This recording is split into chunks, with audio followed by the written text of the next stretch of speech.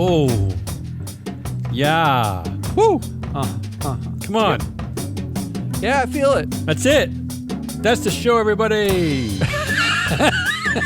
That would be the best show we ever did. Live from your ESG smokeless peach pit. It's a Business Pants Friday show here at September 20th. Lane Studios featuring one of your favorites, AnalystHole-man Matt Moscardi.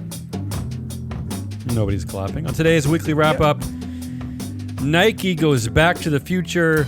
Chief Kneeler Jamie Dimon yells at young people. Evil tech CEOs continue to be evil. Evil, I think the word, yeah. And directors who love a free ride. Woo-hoo. Yay! Wait, is that limited to just directors? Doesn't everybody love a free ride? Especially directors in our database. Today's show is brought to you by freefloatanalytics.com. Everything you ever wanted to know about who runs public companies all for free. Yep, that is correct. I'm going to say that again. freefloatanalytics.com.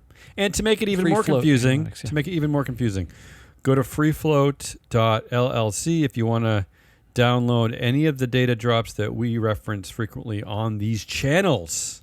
I got a massive data drop for today's show. I like today's, actually. Was it today's? Is it massive? It's already up. Is it the one that with the directors from the industry, the FedEx industry, that one? Industry? No, that one is like from our one. Proxy Countdown show, but I like that. which also I like that is data up. drop. All right, But you going to get to it later? Big one. Yeah, we'll get to it later. Come on, let's go into it. It's Friday. Friday. Come on. We got lots of stuff. Story of the week, goodliest, all the nonsense. There's a lot. Come on. It's all nonsense. Everything we say is nonsense. Fact-based nonsense. Help me out here, Matt. I struggled this week. Maybe you can fill in the gaps. I did pick 4 stories, but I don't even know if these are the right ones. The first 2 I feel good about. Ready? Nike CEO John Donahoe is out. Yeah. Woo! Replaced by kind of a boomerang executive at least, company veteran Elliott Hill, who was at the company for I think 3 decades, and he retired in 2020, right about when John Donahoe took over, but he's back. How's that for an I'm sorry we didn't pick you the first time? Like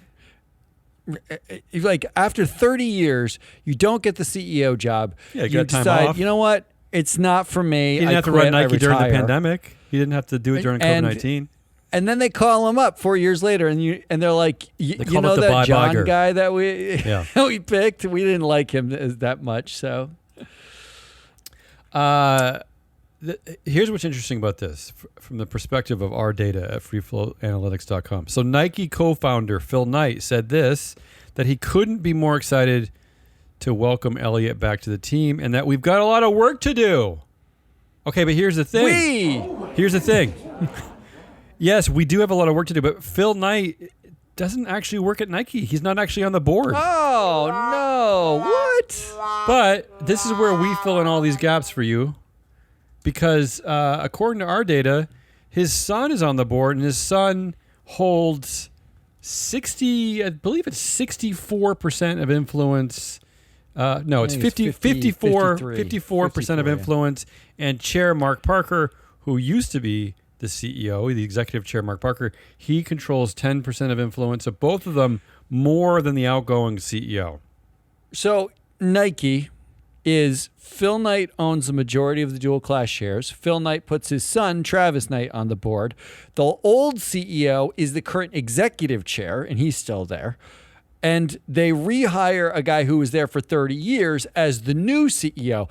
Are there any other people other than Phil Knight's besties and cousins on this board? I say this to all you investors out there, all you stewards and all you voters and all you peeps who like this kind of data. Look at the companies where the CEOs have less influence than like the chair or the founder, and maybe target those. That might be a good target, right? To mix stuff up.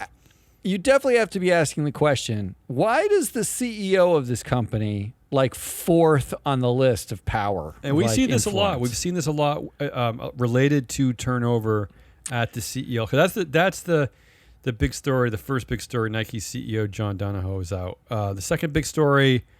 Kind of a laughable story, but making a lot of headlines. Even some of my dopey friends just texted me this story because they got a kick out of this one. 23andMe's independent board directors resign. All of them. They're all gone. I love this story. All this of is them. actually one of my favorite stories of the year. In response, CEO Ann Washicki, Ann, right? Not Susan. Yeah, Ann. Yeah. Said in an SEC filing, she said, I am surprised and disappointed. We, another we, Matt, we will immediately begin identifying independent directors to join the board. But here's the problem. It's not a we, it's a she. She controls half of the voting power at this company because of an insipid dual class share structure where her Class B shares give her 10 votes per each share. What a concept. 10 votes per share. I love being worth 10 times a normal person. So that's stupid. That's how I define myself. So it's a she, 23 and she, 23 and her. I like the we. This is actually We. I think the story of the week is we. Yeah, like Phil when Knight saying we. individuals who run a company say we about the No, company. they don't run a company. They control the company. They control the company. Yeah. That's right. Yeah. That's the second big story. The third story, we're getting a little nerdy here, but this is in our wheelhouse. And maybe this is actually a great counterpoint to the first two stories. Massimo CEO Joe Chiani is ousted from the board after a proxy fight with Politan Capital. Here's why it's important. Because they have a single class of equity there where one share equals one vote. So Joe Chiani, yes, owned 9% of shares, but only 9% of voting power. So he doesn't actually get to control, despite the fact that he founded the company, he doesn't get to control every goddamn thing that happens. Oh, what? So it's a kind of a good news there, kind of, right? I mean, it's good news for who? Good news for us because we're constantly shouting about dual class share structures. That's true. We do say that a lot. I'm exhausted. And the fourth big story. You've only done 3. You're already exhausted. The fourth one, I don't really know if this relates. It must somehow. The Federal Reserve cuts U.S. interest rates for the first time in 4 years. Does that count as a story? I don't know. Oh, wow. You're really floundering if Yeah. you're doing Fed Reserve. I don't really know much rate about cuts. this. My only angle on this, of course, is the political angle where I'm praying it's going to help a certain woman. I'm not going to tell you who I'm voting for, but I'm hoping it's it's going to help the woman. But I don't know anything beyond that. I mean, I'm sure it's going to help corporations that we cover. I just don't know how yet. Look, actually, the thing it's worst for a rate cut is every fucking Jamie Dimon says blowhard out there. Why? Who's been talking about what the Fed should or shouldn't do, Yeah. which we didn't hit a recession. Didn't they tell us we were Every going to? one of them was Over telling and us over and we over? were going. The next Great Depression is coming. We're all going to die because of this thing, and it didn't happen. You're right. This is a weak payload this week. Did I miss something? Did I miss anything? No, I like the 23andMe one just because it's so funny. Yeah, it's a fun story. Just so you know, Nike shares up 8% on the news that their CEO got shit canned. Yeah. Massimo's shares up 5%. Thanks to the activist. 23andMe, when a board resigns, negative 0.03%. No one cared. No one cares that the board resigned. To be fair, isn't their share price like 3 pennies? It's 33 cents. Now Yes, listen, you mentioned Nike. Here's the thing. You mentioned that the Nike guy was shit canned, but can I just tell you one of my pet peeves about the corporate governance world is that despite the fact that he clearly sucks, everyone in the company kind of hates him. Shareholders hate him. Stakeholders hate him. Even Phil Knight hates him. He's not even fired. They're letting him resign, which means he gets to collect all of the equity. All the outstanding equity is going to vest. He's going to get millions and millions of dollars. Why? Why do shareholders have to pay for him to leave like this? Fire him. He sucks. Get rid of him. But by who is giving the quotes in the stories, why, right? Because the only 2 people quoted from Nike are Mark Parker, who is the executive chair. So the chair of the board makes sense to have a quote. But Parker worked with Donahoe, so they must have been friendly. and Phil Knight, who doesn't work at the company, but is quoted as saying, quote, where did it go? Quote, it's something about how leadership transitions are always hard. Like, you're not there. At Disney. Leadership changes are never easy. They test you. They challenge you. But this transition has been handled with remarkable thoughtfulness. Yeah, because we and hate an John. Unwavering commitment to Nike, says Knight. I gotta say this. This is reason number 14,325 that you should not stack your board committees or your board with former or current CEOs, because they're always going to do what's in the best interest of themselves, which is we can't fire each other and not get like big golden parachutes. We have to let each other resign even when we suck. Yeah. There's no golden showers. What's your pick? Story of the week. I might veto this too. I don't know. No, you can't veto my choice. There's only one answer here, I think. Yeah, it's 23andMe. Yes, that's what it is. Because look, there are a lot of other stories. There were Musk stories. Everybody. There was assassination attempts. All of them. It was like, I don't care. It's just so much. You're inundated. The whole board. You never will get to see an entire board resign again. Like, it just doesn't happen. It doesn't happen. It's like, that's like a once in a lifetime. And let's be clear here. These aren't like, renegade alternative thinkers like academics. Or one of them is Neil Mohan, who's the current CEO of YouTube, where Ann's sister was just formerly CEO. Ann's sister Susan passed away recently. But I'm saying these are people that know each other is what I'm getting at, right? Oh, not only do they know each other, but the hypocrisy of a board complaining about voting control by one person when they sit on a dozen other boards where the voting control is held by one person. You're previewing my winner fabulous. of the week. You're previewing my winner, but you're right. It's really fabulous. Because they weren't upset. They did cite her control being one of the problems, one of the reasons why they're leaving, but they didn't seem to worry about it for the first years of their tenure there. No problem. No, it's fine. Problem. It was fine. As long as you make me money. When the share price went up, they were happy with, suddenly control's cool. All right, come on, let's move on. Goodliest. All right, let's go. Are we doing your Goodliest? Oh, me. Oh, okay. Well, is it you? I'm going to warn the audience here. Matt is really kind of put a dagger into the back of Goodliest. Like these stories don't, I don't know what you're doing, but these just seem like jokes. All right, so two of them are really good. Yeah, but these are a little sarcastic, are they not? Okay, go ahead. Two of them are like, I want to feel good in this section. Go ahead. All right, well, the first one will make you feel good. Tyson Foods sued over emissions reductions promises. I can get behind that. Okay. So the Environmental Working Group, they actually allege that they misled customers by labeling beef climate smart. Yeah. That's what they what they labeled beef. I think what they were cows. They were referring to the cows. I think because some of them went to 4-year accredited universities and got their. I think that's true. So they are actually suing. It's great because it's like a line in the sand that says you can't be a big fat fucking liar. You know what this is? This is the reverse. This is reverse engineering of Darren Woods at Exxon. So Darren Woods is suing shareholders for putting stuff like this on the proxy statement, right? Shareholder proposals.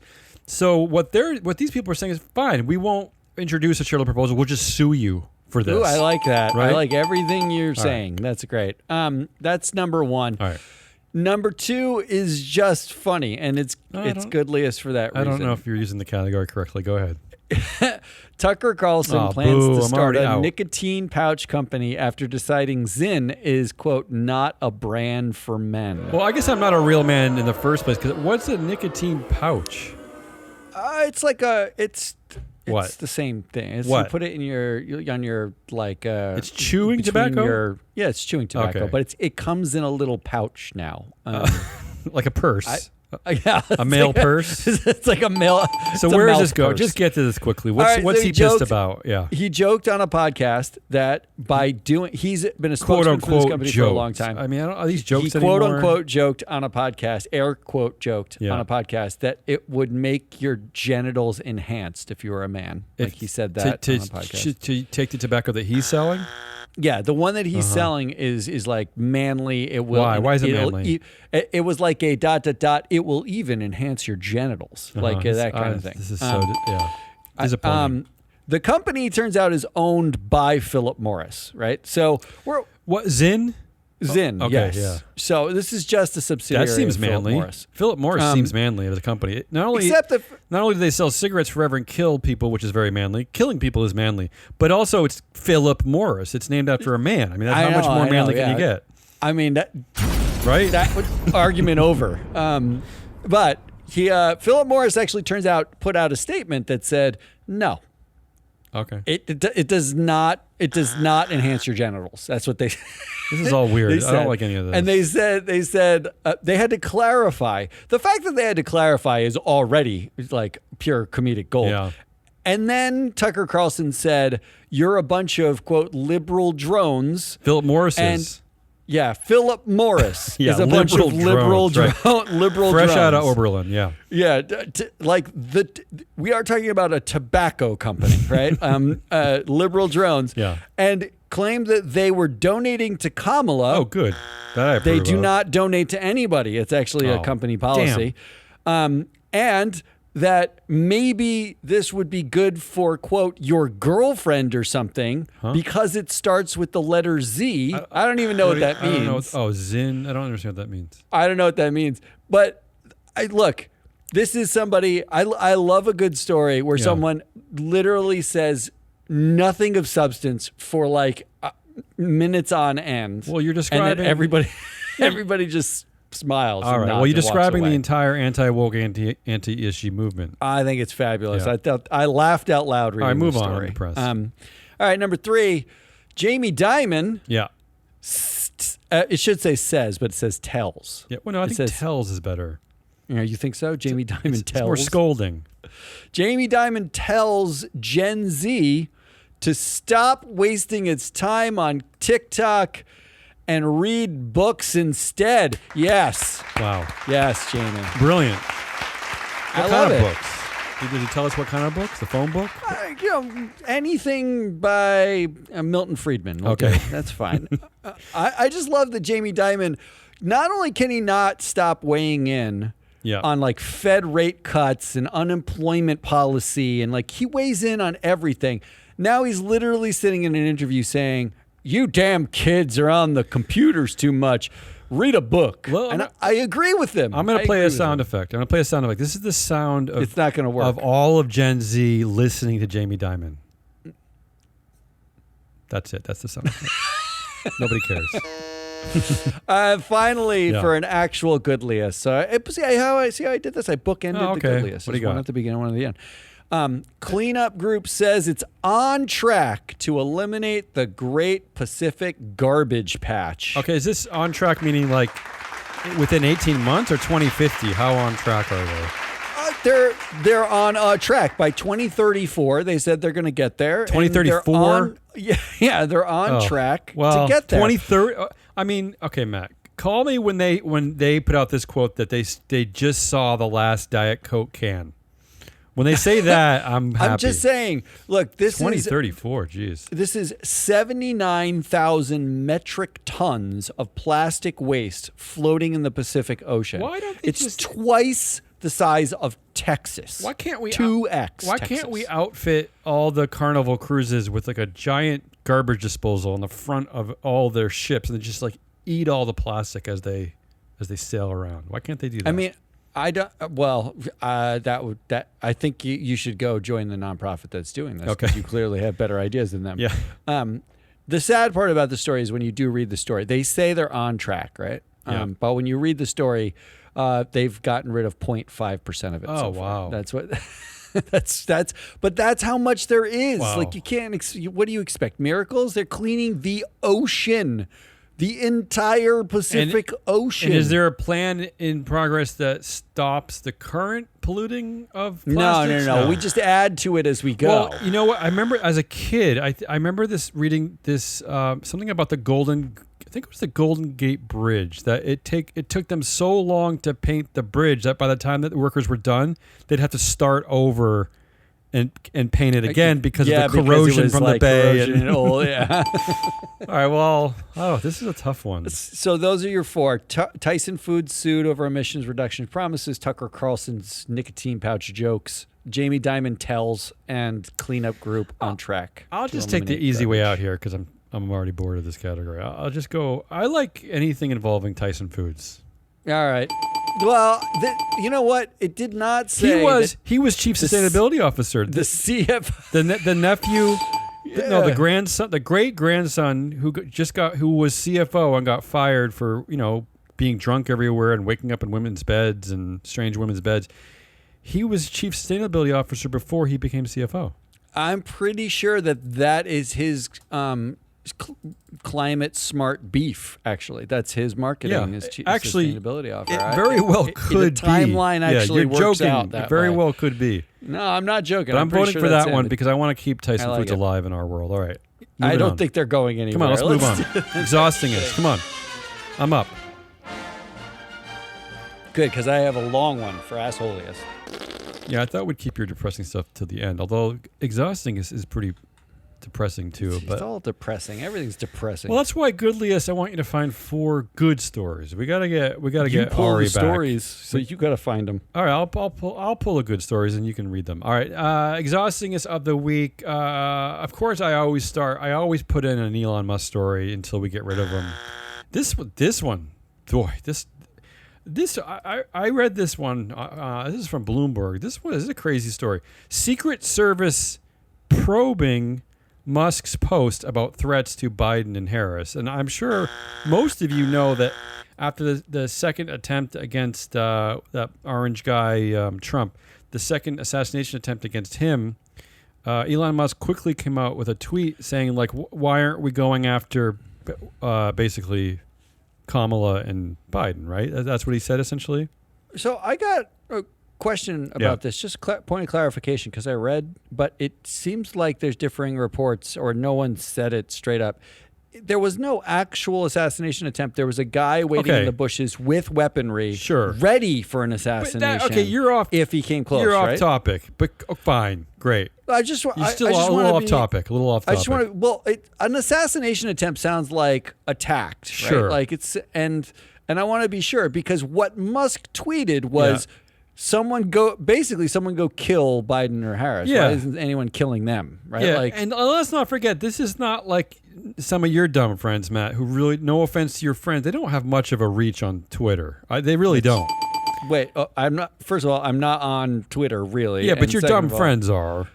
I don't have any friends, and they don't have a lot. They don't have a huge reach. This, let's not forget, this guy's megaphone is massive, and he's appealing 30 million, and he's appealing to mostly degenerate incel white men who are scary in the first place. I thought it was Russian bots. That's mostly his followers. What are we doing here? I mean, this is like the next level scary to me. I don't know. I mean, you don't think that Elon Musk has the capability of actually talking one of these creepy followers into something? Because he probably does. He has Starlink, which he can triangulate where anybody is at any time if he wanted to, if they're using that. He has cars, which people get in, and he can override and probably. I mean, like, and he has diehard fans. If you want a conspiracy theory, is there anything more conspiracy than Elon Musk's existence? I hope the Secret Service does something about this. The next exhausting. I hope the board does something. The exhausting part is that. That's the exhausting part is where the fuck is the board?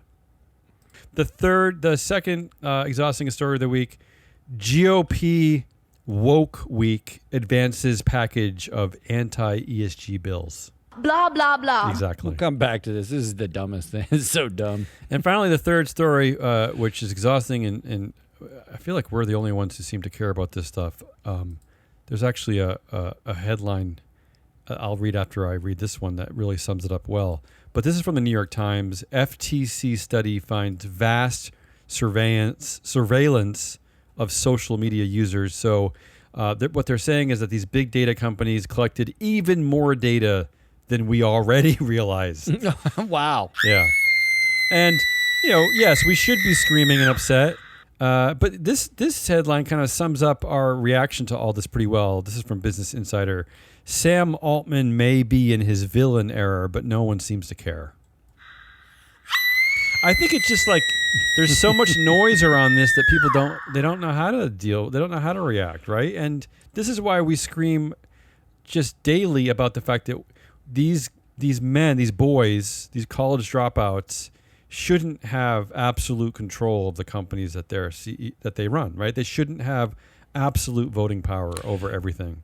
In contrast, it does make Phil Knight's control over your shoes. That's fine. I'm okay with that. I'm now okay with that. I'm okay with that. If we have to trade, Phil, yeah, you keep the Air Jordans, whatever. I don't care. Keep it, yeah. So those are the three exhausting stories of the week. So I have to choose between Musk threatening to kill Biden and Harris, GOP's anti-ESG bills. Woke week. And this is their second woke week, isn't it? Didn't we cover woke week last year? Yeah, there was woke week over the summer. It was like woke minute, and no one cared. Yeah. We were the only ones who covered it because it was so stupid. And the FTC study finding vast surveillance of social media users. Let's not forget that it was this week. I didn't even pick this story, but Larry Ellison. Is Larry Ellison the one who just took over Paramount? Yep. Yeah. Larry Ellison of Oracle. His quote-unquote son. Yeah, Larry Ellison, he's all excited because he's telling everyone that in the future there'll be a vast AI-fueled surveillance system that's basically going to watch us all constantly, and he thinks will eradicate bad behavior because of this. Oh, yeah. No, that's a great idea. They actually they've made science fiction dystopian movies about this. Multiple, yeah. Multiple. It is but he's excited. He's excited by this. Yeah. Well, if you're the guy controlling the AI system, you are the one who's excited. Yeah, this is yet another dude who has a disproportionate control of his companies because of dual class voting shares. Dual class shares. Yeah. I hate all of these. Yeah, well, that's the idea, I think. That's oh man. How are you gonna vote for this one? So I refuse to vote for Musk. As you shouldn't.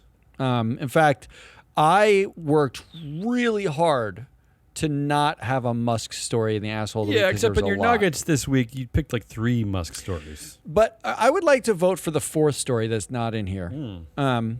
So I may allow this. So the pager explosions. Yeah. This Israeli attack. Hezbollah. They're saying it's against Hezbollah. The exhausting thing to me, and this is going to be the weirdest exhaustingest you've ever heard. I don't know if I'm going to like this. Should I put on my tinfoil hat for this comment? No.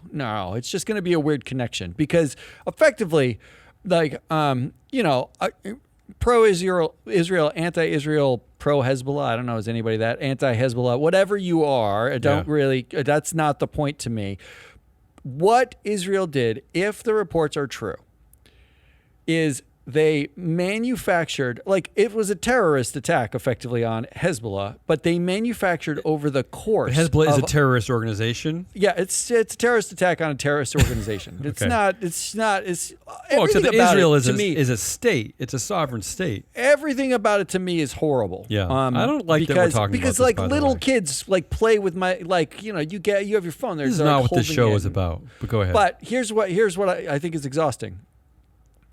Israel managed, if it is in fact true that this is what happened, Israel managed over the course of a half a decade or more to build through a supply chain these devices that they got in the hands of these particular people. Yeah.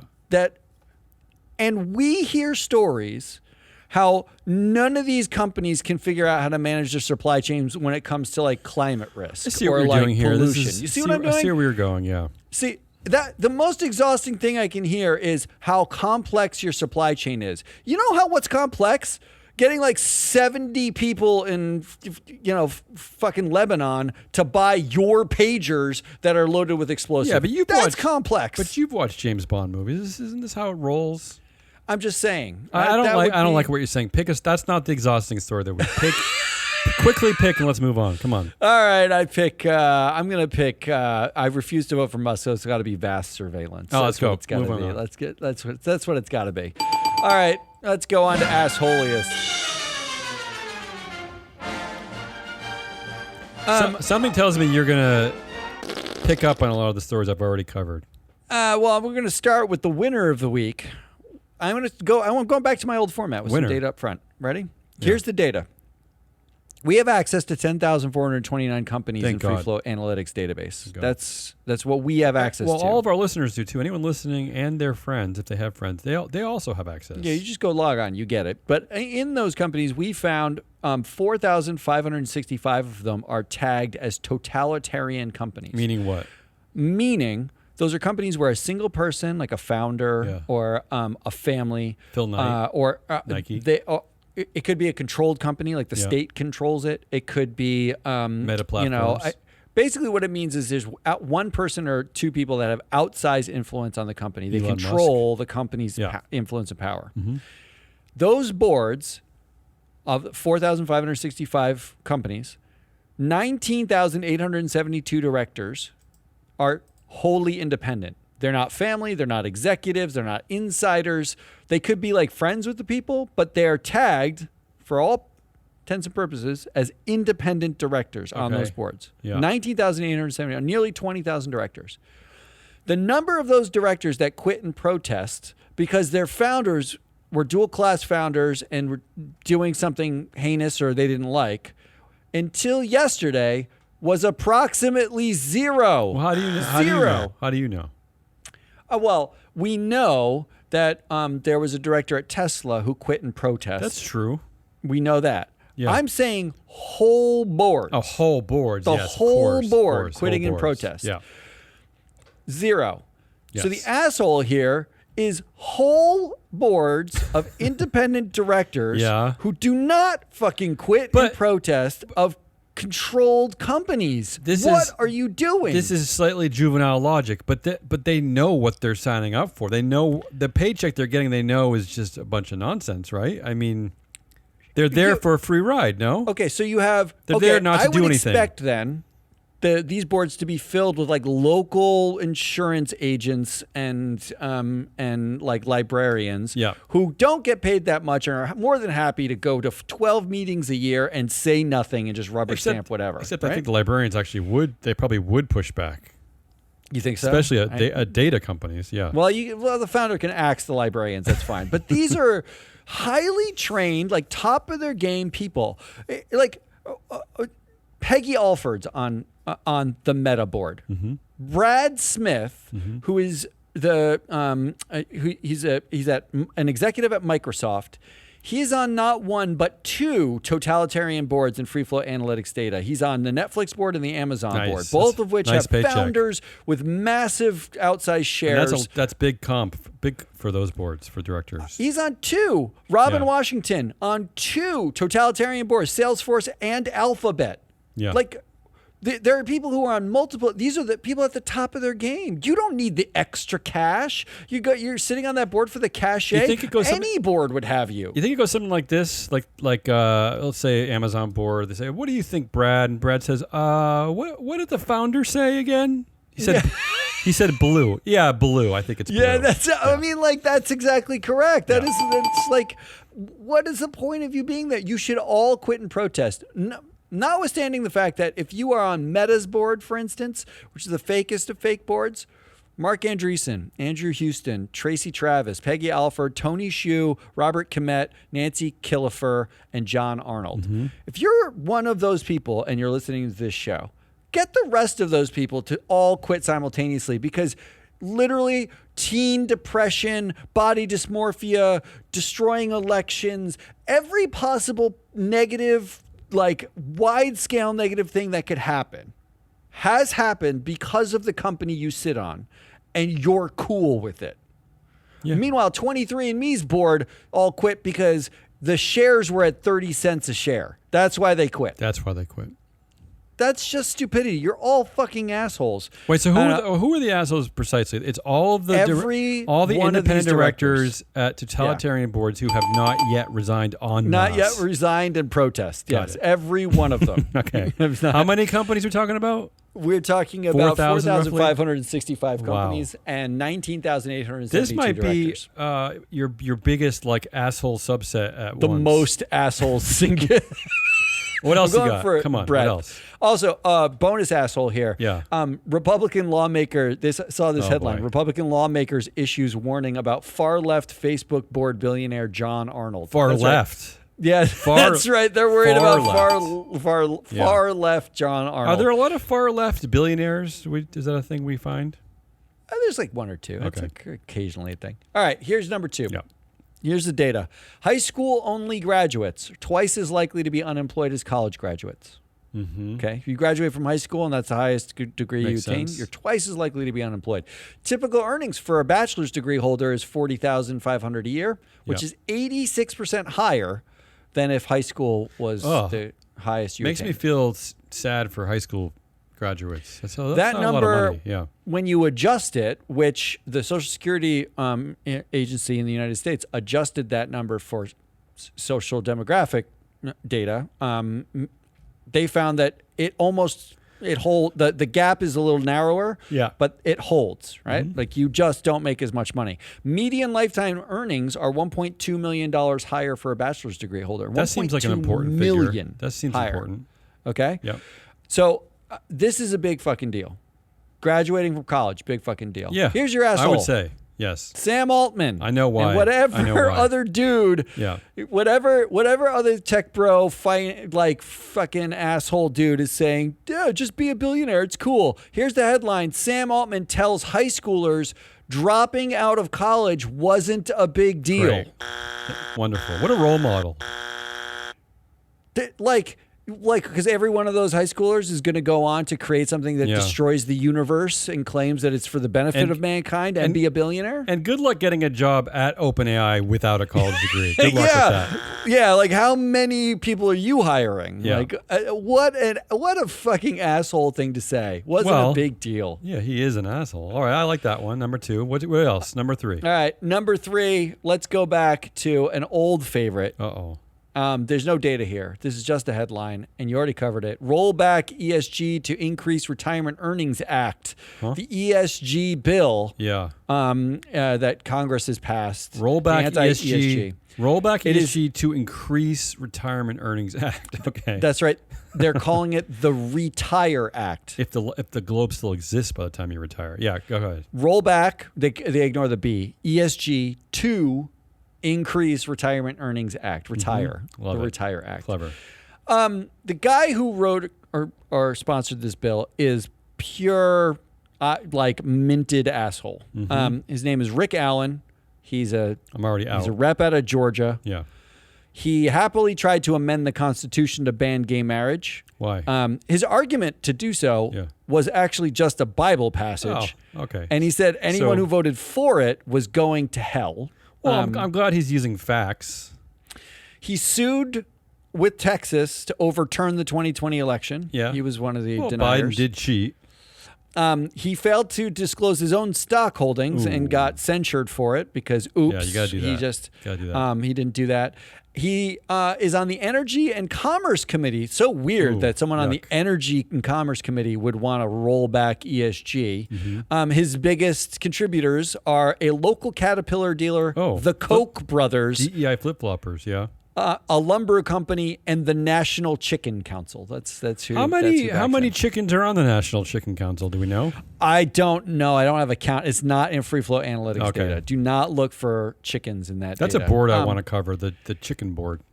But mostly, the worst thing about this bill, the bill that they proposed, is nothing burger. It's basically a whole bunch of language about political theater. You must consider pecuniary factors. Yeah. It's you could do ESG data all day long and ignore this. It doesn't change anything, with the exception of killing proxy voting by paperwork.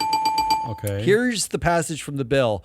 Quote, every time you vote a proxy, you must, quote, maintain a record of any proxy voting activity, or other exercise of a shareholder right, including any attempt to influence management.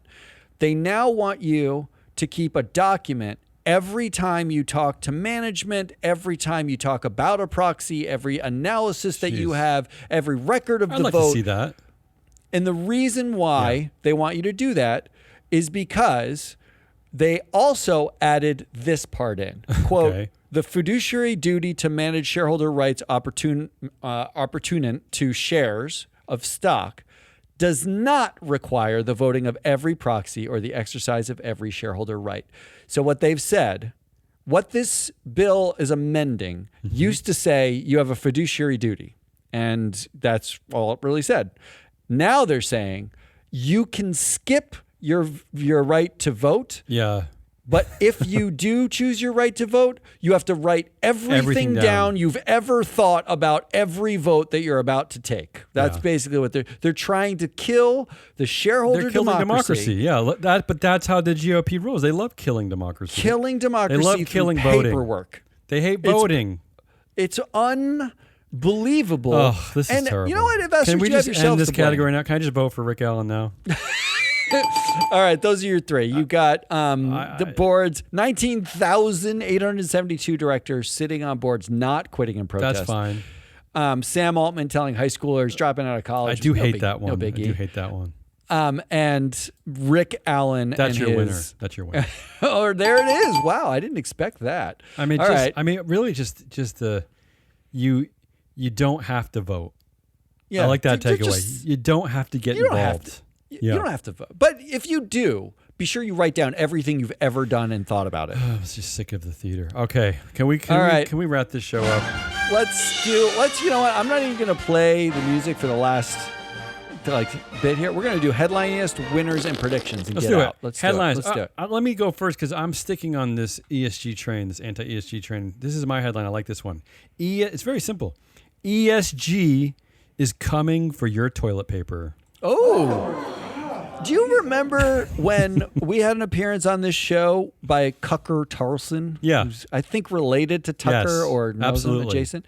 He did a whole episode where he talked about how you were brushing your teeth with wokeness or something. Wasn't there an episode of it? This is essentially the same story. Is that they're angry that someone put out a research paper basically analyzing the differences in toilet paper, the manufacturers and their how they manufacture, their commitments to climate, all the stuff that you can imagine that comes out of these papers. They're angry at that because they think it means that people on the left basically want to take your toilet paper away from you.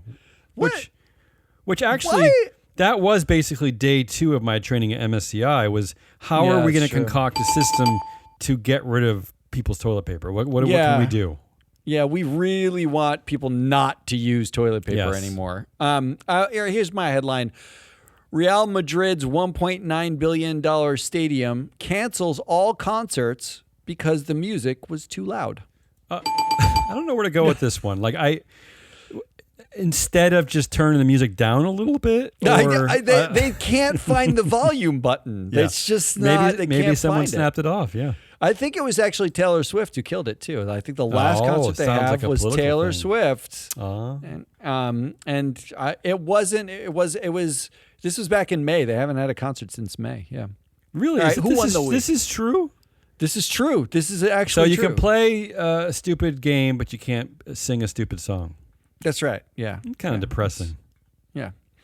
Who won the week? I got 23andMe, the 23andMe directors, the board. We talked about them a lot this show for pretending to look like independent director heroes when, as you pointed out, when really all they were doing is they're just mad about the share price. Yeah, that's correct. That's correct. But it's going around that they're gonna look like kind of folk heroes for standing up. Yeah, I know. You're not. No, you're not. But they do win for this PR move, this stunt they're pulling. In an 8K too. They didn't put out like a press release. This was an 8K where it came out. It was a letter to the CEO, and then they had to get released as an 8K. Really, the winner should be the 8K. The AK, yeah, the institution of the AK. What a great place! You want some news. I would agree, but I spend so much of my week looking into hundreds of AKs that I hate the AK. I had a similar winner, except the opposite winner, which was Ann Wojcicki. Okay. She's the she in 23andMe. She's the me. She is the CEO and founder and dual class owner and the she-me of 23andMe. Yeah. Finally, she can conduct a board meeting in just a bathrobe if she wants to. There's no more fake listening. There's no more sitting on your BlackBerry while Gary talks. Oh my God, this guy won't shut up. He's just going to do what I say anyway because I got. Now she can just show up. Imagine her walking into the boardroom for the first time and it's just crickets. But she has to have board meetings, so she's there by herself. That sounds amazing. This is a weird one. We've never had like winners that are diametric opposites. I know. I don't know how to take this one. You got the people that left, and I got the people that are staying. All right, let's go to predictions and get the hell out of here. You go first because mine is a little bit long-winded. All right, mine is really short. My winner, or my prediction is John Donahoe, the now ex-CEO of Nike, newly retired. Retired, yeah. Retired. Yeah, he got tired, so now he's retired. He joins the board of 23andMe because he's so used to like overvoting founders, and who gives a shit? Not? He's got so much time on his hands. Just do it. Hey, kill that music. I got a prediction. What? No, I know you've got a prediction. It's a little long-winded. You're supposed to play it out. Stay with me here. Okay, originally I was thinking about Southwest Airlines, target of Elliott Management, right? And I thought, there's going to be a glass cliff CEO, right? Southwest Airlines, perfect moment for a glass cliff CEO. There's an activist involved. Right, and I just thought, like, Southwest is a bit of a dumpster fire. What better you put a woman in there, she lasts 18 months and you fire her, and then you get a man again. Like, I just thought it was a perfect moment for that. But then I looked at an article called "Long-Term Returns of Paul Singer's Activist Targets." Okay, they highlighted 15 companies that Paul Singer has at Elliott Management has targeted, and I looked at all 15 of them. This includes companies like Juniper Networks, PayPal, Alcoa. All 15 of them are run by dudes. All of them. Oh no! So. It kind of kills my prediction, so I'm going to just say it's going to be a man. But I also wanted to point out that I saw there was an article in June reported that Paul Singer is under scrutiny for gifting conservative Supreme Court Justice Samuel Alito an undisclosed private flight and donating $10 million to Senate Republicans' super PAC. So I guess my instinct here is off. Paul Singer. So you're saying he's not voting it's for going to be a woman man. It's going to be a at man. any point. Oh. Yeah. That's a good prediction. And before we get out of here, what's your data drop? All right. My data drop this week, and this is why it's massive, is all of the independent directors on totalitarian boards. Whoa. Every single one of them. Wow. Their influence and their performance. You can see it all. Whoa. It's a lot.